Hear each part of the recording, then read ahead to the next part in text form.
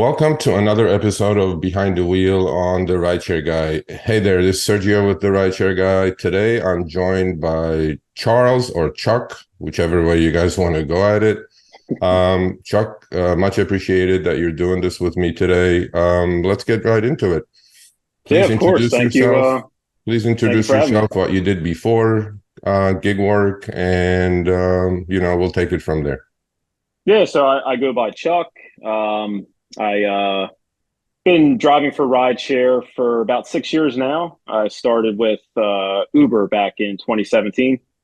So a buddy of mine got me into driving for Uber, told me about it, showed me his earnings, and I'm like, wow, that's it's a great side gig. And then I started driving for Lyft in 2018, and then Amazon Flex in 2019. And so far, I've just stuck with those three apps as of right now. I've tried a few other small apps just to, kind of see how they are. But yeah, I started out part time, and I switched over to a full time, gig app or gig worker, gig economy, however you want to say it. I started full time in November of 2021, and been so ever since. Great. So, if you don't mind me asking, what did you do before? I'm sure you had some W-2, or were you a freelancer all your life? Give us a little bit No, more about that. yeah, W-2 my whole life prior to that. I was an outside sales rep for most of that time for industrial uniform company. I spent time working with the two large competitors in that industry.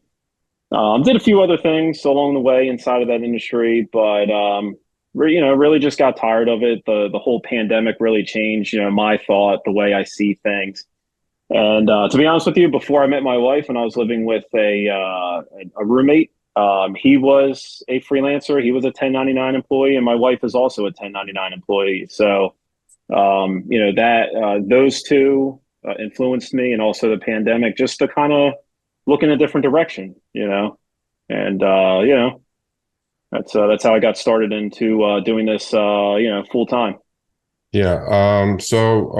The key for a lot of our viewers is, they have pretty much have a similar story like yours, right? There's, I don't know, some of them call themselves, I'm stuck at this W-2. I hated my boss. I hated my schedule. Was one of your reasons, or mainly the reasons, were flexibility and the freedom that these gig apps offer? Oh yeah, big time. I mean, the flexibility and the freedom was definitely one of the main features. And yeah, no one really loves their boss, loves their job. I always say there's pros and cons with having a W-2. There's pros and cons, working as a freelancer. We can go into, that, later on down the road. But yeah, so the flexibility and the freedom was definitely one of them. When my wife and I just had her first, and that was a huge contributor to that. My wife has always had the flexibility with her job to be able to schedule clients whenever she wants. And I just, it was our first, and I just wanted to spend more time with my family. So that was also a huge contributor to that. And also, yeah, just getting tired of the grind with the 9 to 5, working 50 hours for somebody else. I told myself back then, I still tell myself, if I'm going to work 50, 55 hours, I'm going to do it for myself. I'm going to build something myself instead of doing it, instead of grinding for somebody else. So that was definitely huge. Yeah. Obviously, the money during the time, 2021, 2022, in my market was, yeah, it was like gold, driving during that time period. So without that, probably would have still stuck it out with the W-2, but the amount that you could earn with the Quest and with the the ride challenges, and also with Amazon Flex, with how much those block rates were back then, it was just too good to be true, with the money, or too good to pass up on, I would say. Yeah. So you're doing the right things. You have few tools in your toolbox, obviously, as we call it, right? You're multi-apping. You're acting like a true independent contractor, right? Hmm. You know, you're working for whoever's showing you the money, which is the right way to do it, and which is what we advocate on our channel anyway. But so that's during the pandemic. Obviously, everything was gold. But let's talk a little bit about that. What was valid during the pandemic is not so anymore. And by the way, what city do you Yep. drive in, and what kind of car do you drive? So I'm out of the greater Philadelphia area. I myself live in Delaware, but I'm still, out of the greater Philadelphia. So that's South Pennsylvania, all of Delaware, and South Jersey. So that's my territory that I can drive in. I'm kind of blessed to have a territory like that. To be able to have all those, pretty much opportunities to drive in. I call them different markets. And then I drive a 2013 Honda Accord that I've owned. I bought brand new in July of 2013 with about 150 miles on it. So, and as of right now, I got about 320,000. Perfect car. You know Yeah. what? Perfect car for rideshare and Oh yeah. perfect car. But as we know, pandemic was the golden times. That has ended, right? What kind of change hmm have you seen in your market as far as the golden days or months or of the pandemic and now? Have you seen an appreciable decrease in your earnings, or do you have to hustle more to make the same amount of money? Yeah, both. I mean, a huge decrease in earnings, so I do have to hustle more to make about the same amount. When I left my W-2, I just didn't just one day just get up and decide just to leave. I spent about 6 to 9 months preparing, paid off my debt, and then sat down and did the math. Like, hey, this is how much I'm making from my W-2. This is how much my company is contributing to my 401k. How much they're contributing to the health benefits. So when I sat down, I said, hey, I have to make minimum $1,300, maximum $1,500 a week to be able to make this work. And I was able to do that during the golden times within 3.5, 4 days, have 3 days off. So that was nice. Right now, I have to work about 6 days to make that same amount of money. Yeah. To make 1,500, I worked. If you go on my Twitter, I post everything that I earn just to be completely transparent. These are my experiences. So this week I made a little bit over 1,500, but I worked 6.5 days to make that amount. Yeah, well, Um, you have the perfect car for it, as I said before, right? yeah. It's pretty much all depreciated. Your depreciation concerns are not there. And you know your cost, obviously. We tell everybody that all rideshare drivers or couriers should treat this as their small business, Oh yeah. especially if they're doing it on a full-time basis, which I'm pretty sure you are, right? Oh yeah. So full time basis. Another thing when I was making 1,300 to $1,500 a week, during the golden times, I was only really working 30, 35 hours. So I was making a lot of money in a concentrated amount of time. I would work 12, 14-hour days, but it was nice having those 3 days off. Another thing with using my car, that was one of the another decisions that made me want to do this full time is that I didn't have a car payment. So no car payment at all. So everything was pretty much straight profits. The gas prices in my area out of the greater Philadelphia during those times was, between $2 to $2.50 a gallon. So pure profit. I mean, obviously, it's a little bit of a struggle now to make it work, especially now that I'm at the tail end of my car. My car is starting to, Yeah. require a lot more maintenance. So it's like that bell curve. And I think there's a name for it where in the beginning, your car costs a lot of money. It's going to take a lot. And then you have that perfect time to be able to make the money on that car because your car payment's done, but it's still new. So it doesn't require a lot of maintenance. And during that golden time period, I was in that window of that car. The gas prices were cheaper. So it was just a really good time to drive. Now, differences that I'm seeing now with earnings, with I guess with the three that I work for, Uber, Lyft, and Amazon Flex. With Uber, in my territory, what I'm getting for Quest, it's maybe $1 a ride or Yeah. less. Sometimes it's 50 cents per ride. Lyft, they've always been wonky. You've always been able to get a few ride challenges 4 weeks in a row. Then you don't see anything. So those are becoming more, more hit or miss when it comes there. Their streak bonuses, or the 3 streak bonuses, that's almost completely done. Maybe you'll see one a day. I used to see 5 or 6 a day. Yeah. And then with Amazon Flex, uh, typically without getting into a surge, I would maybe $125 to $150 for a 5-hour block. Yeah. That's what it would start at. And then if you waited to the last minute and you got a surge, you could probably get about 165, 185. Some people got 225 for 5 hours. That's completely gone. They've changed a lot on their app. So maybe you'll get 135, 150 the most for an actual surge. So the earnings are down across the board. Yeah. For the three big companies that I drive for. Yeah. Well, the thing with the, gig economy or gig work or on demand gig apps is very similar, right? It's a, you were talking about your ride challenges, quests, boost, right? Surge, all these things that used to be in addition to the base fare, right? Now they're all inclusive. And due to the macroeconomic conditions, which I believe are forcing a lot of W-2 workers to get out there and make a few hundred extra bucks. And that has added to the saturation problem in many, many different cities, right? And as far as these companies are concerned, they don't have to put out those bonuses anymore because they have so many drivers trying to make ends meet, right? And that's the part that I'm really not liking about the gig economy, which is the variability factor, right? One week you get something, you work for it, and then you achieve it. And next week you don't get it. Next week, if you do it, they reduce it. That's the part that, to me is the cons or major cons of the gig economy because it's not consistent, right? Let's talk a couple of minutes about that. Yeah, so it's never consistent. And that's why I say if you're going to do this, even part-time now, but as a full-time driver, you have to have it. You got to be working at least 3 apps. Yeah. Spark is another one. I tried to sign up last winter, just couldn't get into it. I had some issues, but I just then went full time with Amazon Flex.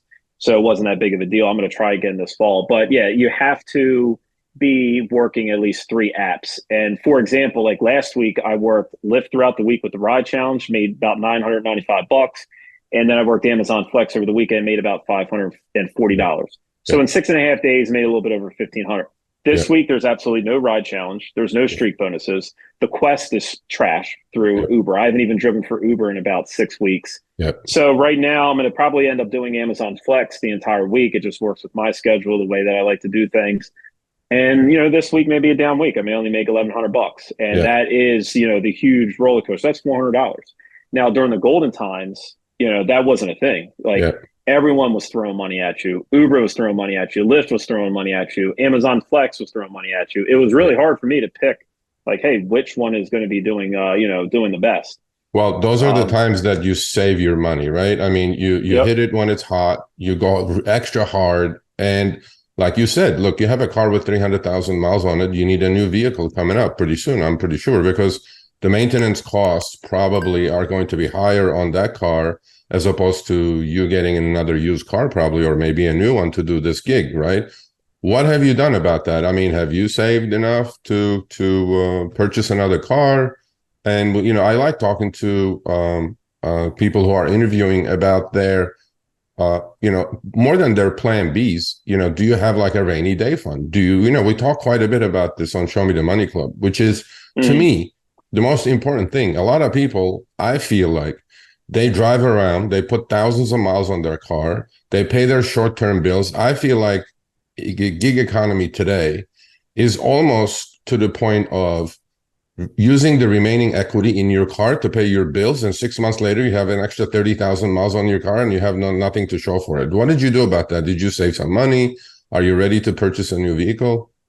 Yeah, my wife and I have, always had some money saved, and we've, because of inflation, because of the cost of everything, we've kind of just had to dig into it. But I do have a plan B. And, these companies, to go back to what you were saying, these companies definitely use the, I don't know if use is the right word, but they are definitely preying on the fact that, their drivers don't understand that. The people that are going to be driving for them don't understand that.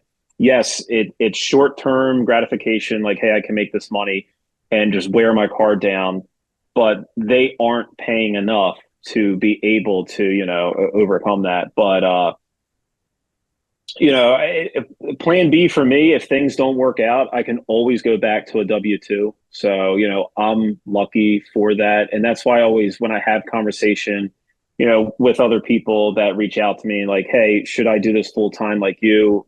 Most of the time I'm like, no, I put myself in a situation that I was able to do this. Now, everyone's situation is a little bit different. So, would I be able to go out and get a car? I wouldn't want to get a new car. I do think that, that is a bad decision if you're going to be putting 45 to 50,000 miles a year on it. I would recommend that people go out and get a used car, and that's what I really want to do.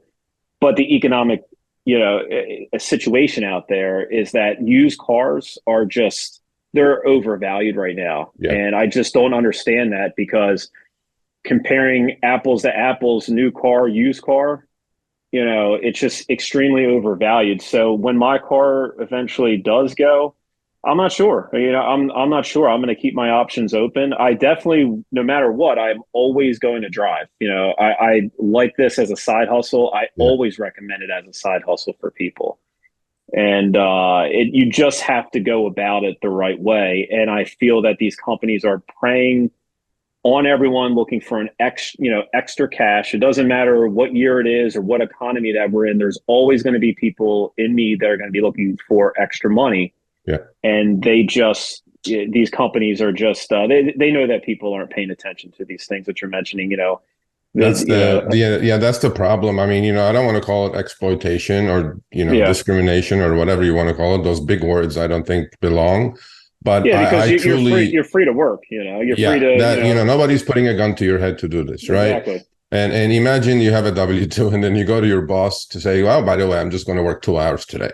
Just like, in what world, right? So that's the part that's not appreciated by enough people. But I do believe, I've been on these apps for 8 years. By the way, I think you should add an app called Curry, Curri, to your toolbox. It's I have downloaded that. I just haven't looked into that, but I definitely will. You will enjoy it, because I just got on the platform and there are some really, really good offers on that. So you add that to your toolbox. But you're talking about side hustle, right? I personally believe, being on these platforms for 8 years myself, I've seen the good, the bad, the ugly, right? Mm-hmm. And at the moment, I think this is the worst time I've seen as far as driver earnings are concerned, just for the fact that there are so many people out there driving, trying to make ends meet, because their W-2s are not enough, right? And the barriers to entry is so low when it comes to the gig economy. Yep. That all you need is upload documents and you're on the road making a couple $100 a week, and if that's all you need, that's all you need. But you're not thinking about your profitability. You're not thinking about wearing out your car. You're not thinking about maintenance. You're just thinking putting gas in the car and go. But that is not good. That's not a good way to look at this. But, talking about side hustles, let's talk a little bit about your side hustle of the side hustle, which is you have a YouTube channel, right? So give our audience a little information about that. Yeah, so I started my YouTube channel a few months before I started doing this full time. Really coming out of the pandemic, I didn't drive RideShare from March 2020 all the way through March of 2021.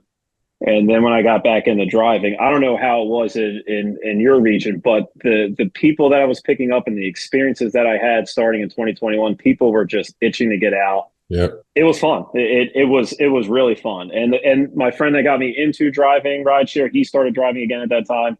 We just started having a blast, calling each other like, hey, this is some crazy situations that we're getting into. And I got myself into a few crazy situations. So I'm like, you know what? I'm finally going to purchase a dash camera. And I did. Yeah. Started saving some of the footage, had a laugh. And then, I started watching other YouTube videos about crazy things. And I'm just like, yeah, you know what? If people can make money, a little bit here, a couple hundred extra a month here, just posting their crazy stories online, like I can do that. Yeah. So I knew nothing about video editing. I thought it was easy. I thought it was really easy. So I would wake up at 3:30 in the morning, and I would go on YouTube and I would learn how to video edit on DaVinci Resolve. So my first couple videos are probably really horrible. I deleted a few of them, but I also wanted to keep a few just to be like, hey, this is how far I came from video editing, and this is where I'm at now. Now, when times were really good during the golden times of how it was in 2021 and 2022. I always thought like, hey, I could, also become a video editor. But, because of how much extra that I have to work now, I'm putting more time and effort into rideshare and delivery than I am on my YouTube channel. And it's a grind, man. It's definitely, it's definitely a grind. And also having an 18-month-old too, it's just, Yeah. my head is like, hey, where am I going to go? But Priorities, right? You got to set your priorities straight. And, what is the name of your YouTube channel for our audience who's going to watch this video? so it's Chuck Driver, Oh, and okay. that's the name. And the handle is the Chuck Driver, and it's the same handle on Twitter, YouTube, and also Facebook.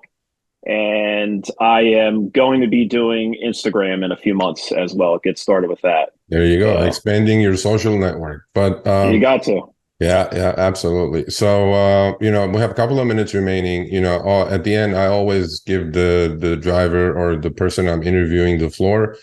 As a veteran driver of 7 years, 6 years, give our audience some advice, and we'll end with that. Yeah. So with advice, I would say that go off of what you were saying. This is a great side hustle. It always is, always will be. I definitely recommend it. I definitely recommend getting out there and drive, but you have to watch your costs. You also have to be in the right car. This is for the rideshare people. This is also for delivery drivers, like Amazon Flex. When I show up to Amazon Flex, I see people, believe it or not, delivering out of brand new Mercedes, brand new BMWs, a brand new Dodge Charger. I try not to judge because, hey, maybe they have something going on in their life Yeah. where they need money immediately. We've all been there. Yep. So, like, I shouldn't judge. But, you know, you have to know what you're delivering out of. Now, if those people want to do it just a few times a month to pay their car payment, I think that's perfectly fine. Yeah. Get out there, maybe you do ride share 1 day a week for a month to pay your car payment. I think that is perfectly fine as long as you're not leasing it and as long as you know you're going to put some wear and tear on it. But just know your costs to do it full time. And also, being a veteran driver, my gripe is that Uber and Lyft have now untethered the amount of money that we make from the fare, and they've done that in a few different ways over the years. Now, newer drivers don't understand this, but back when I was driving for Uber, we had the multiplier surge. So that Yeah. was around for about a year and a half, 2 years. Yeah. And also the base rate I was making, we would average about 72% when I looked at the numbers back Yeah. then off of every single ride. Now, Yeah. you can still get that off of some rides, but there's some rides we're only making 25%.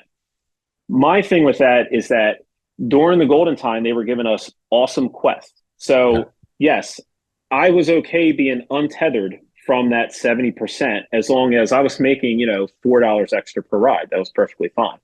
But my issue driving with Uber and Lyft now is that you're no longer offering me any bonus to drive.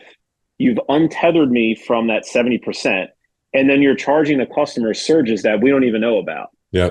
So, like, I think that is one of the most unethical things that Uber and Lyft have done.